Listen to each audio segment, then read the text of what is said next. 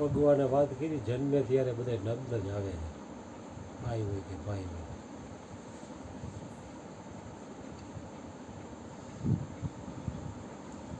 આમ જોઈ તો નગ્ન હોવા છતાં પણ પોશાક પહેરેલો છે.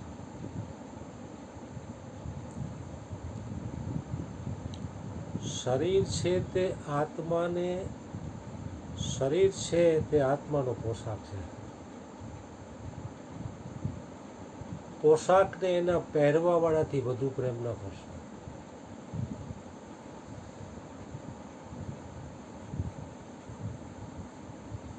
પણ બચપણથી જ મોટે ભાગે શરીર આવી એવી પ્રીત થઈ જાય છે. બાળક જન્મે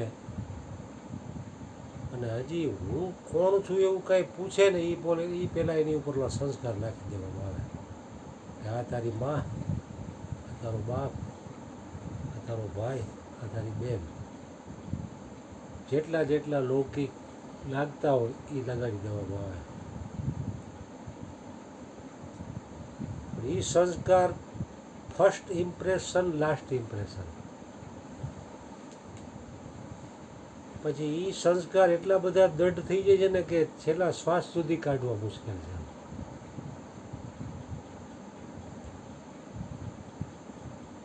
સદગુરુ તો એના ચરણે જે આવે ને નક્કી કરાવે છે કે તું આ શરીર નથી.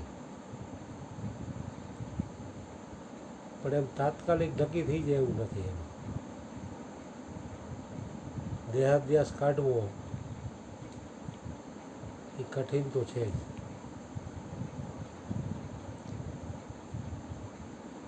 આત્મભ્રાંતિ સમ રોગ નહીં. કારણ કે આ જીવને મોટામાં મોટી ભ્રાંતિ થઈ. આત્મભ્રાંતિ સમ રોગ નહીં. છે પોતે શુદ્ધ સચ્ચિદાનંદ આત્મા અને નક્કી થઈ ગયું છે હું આ દેહ છું, હું શરીર છું. આત્મભ્રાંતિ સમ રોગ નહીં. સદગુરુ વૈદ્ય સુજાણ. કારણ કે સદગુરુ છે આના વૈદ્ય છે, એને ખબર છે આ કોણ છે. આવવાવાળા જીવને પોતે કોણ છે એ ખબર નથી, એટલે તો એ સદગુરુના ચરણે ગયો. ગુરુ આજ્ઞા સમ પથ્ય નહીં. ઔષધ વિચાર ધ્યાન. કારણ કે એમાં ગુરુની આજ્ઞા છે ને એ જ મોટામાં મોટું પથ્ય છે. પોતાને શુદ્ધ સચ્ચિદાનંદ નક્કી કરવા માટે સદગુરુની આજ્ઞા પ્રમાણે વર્તવું ને એ જ મોટામાં મોટું પથ્ય છે. કારણ કે આજ્ઞા પ્રમાણે વર્તવામાં પોતાના મનનું ધૈર્ય મૂકી દેવું પડે. બુદ્ધિનો ઉપયોગ એ મૂકી દેવો પડે.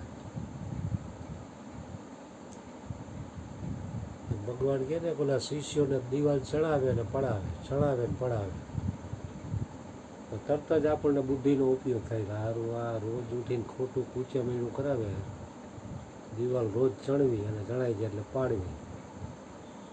તો ગાંડો માણા હોય ને એ આ કામ ન કરે.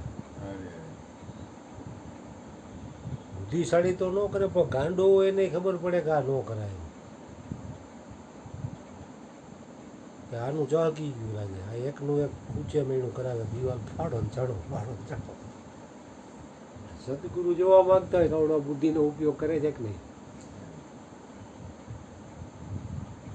કે બુદ્ધિ છે એ પરમાત્માએ સંસારના વ્યવહાર વેટ ચલાવવા માટે આપી છે. એમાં બુદ્ધિનો ઉપયોગ ન કરો તો તમે રોડ ઉપર આવી જાઓ.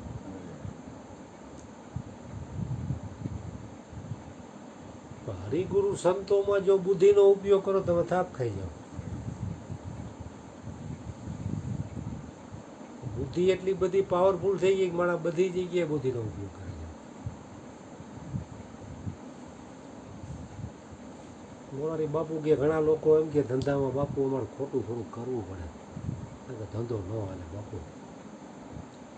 કે કાંઈ વાંધો નહીં, ધંધામાં ખોટું કરો, 8 કલાક 10 કલાક 12 કલાક ધંધો કરો, પછી દુકાનને સટ્ટો પાડી ગયા પછી આપણે સાચું જ બોલી જઈએ. ઘરે આવ્યા પછી રસ્તામાં કોઈનો ફોન આવે, ધંધા ઉપર બેઠા હોય તો ખોટું. ધંધો બંધ કરી દીધા પછી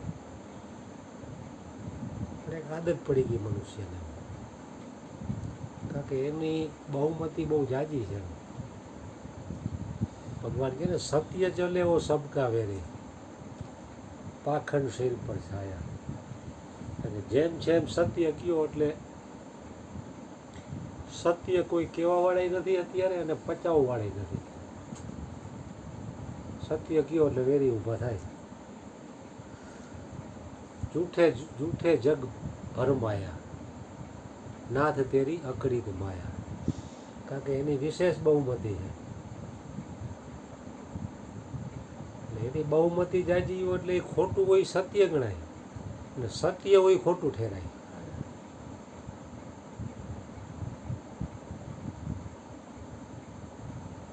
એક મહાત્મા હાલતા હાલતા એક ગામમાંથી નીકળ્યા તો એ ગામમાં બધા લોકો નશામાં એકબીજા બાજે ને બે ફામ ગાળું પડે. મહાત્માને એમ થયું આ લોકોને શું થઈ ગયું, એટલે થોડા સમજાઈ વાળી રીતે જ્યાં તમે હું ગાંડા ગધોડો. ઓલા ગામના લોકો એ મહાત્માને ગાંડો સમજ્યા, ગાંડો ગણવા માંડ્યા કે તું ગાંડો થઈ ગયો, અમે તો બરોબર ચાલી ગયો. મહાત્માને એમ થયું આ મારી વાત ના કોઈ માનતું નથી.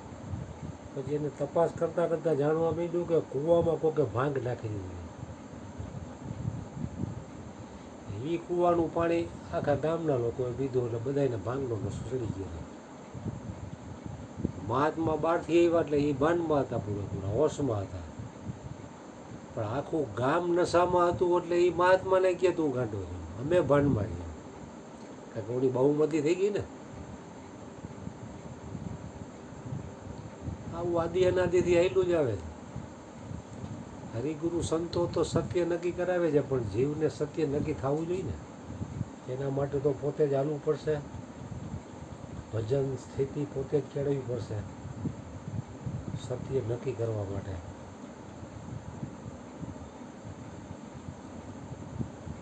કારણ કે મા બહુ તો નાનું બાળક હોય તમને કોળીઓ મોઢા લગી આપે, કોળીઓ તમને હાથે કદાચ ન લેવા દે, તમારી સ્થિતિ એવી ન હોય તો મોઢા લગી આપે, પણ ચાવવાની મહેનત તો તમારે કરવાની જ નથી.